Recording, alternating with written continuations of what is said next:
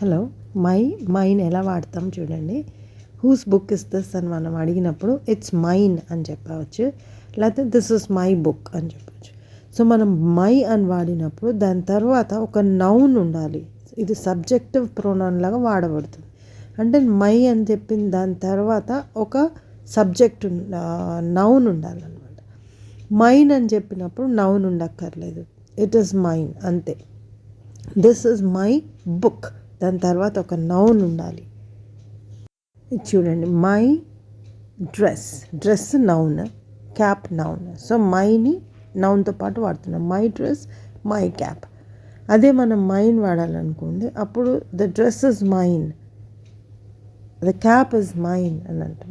Mine cap, mine dress అని మనం అన్నాం అనమాట. అట్లాగే యోర్ ఉందనుకోండి, your pen, the pen is yours.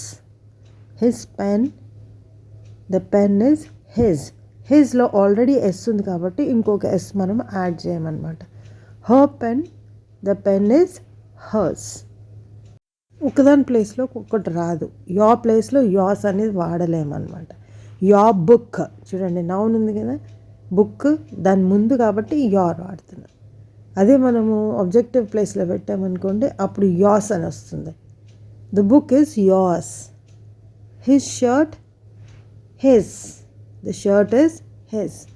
Her car, the car is hers.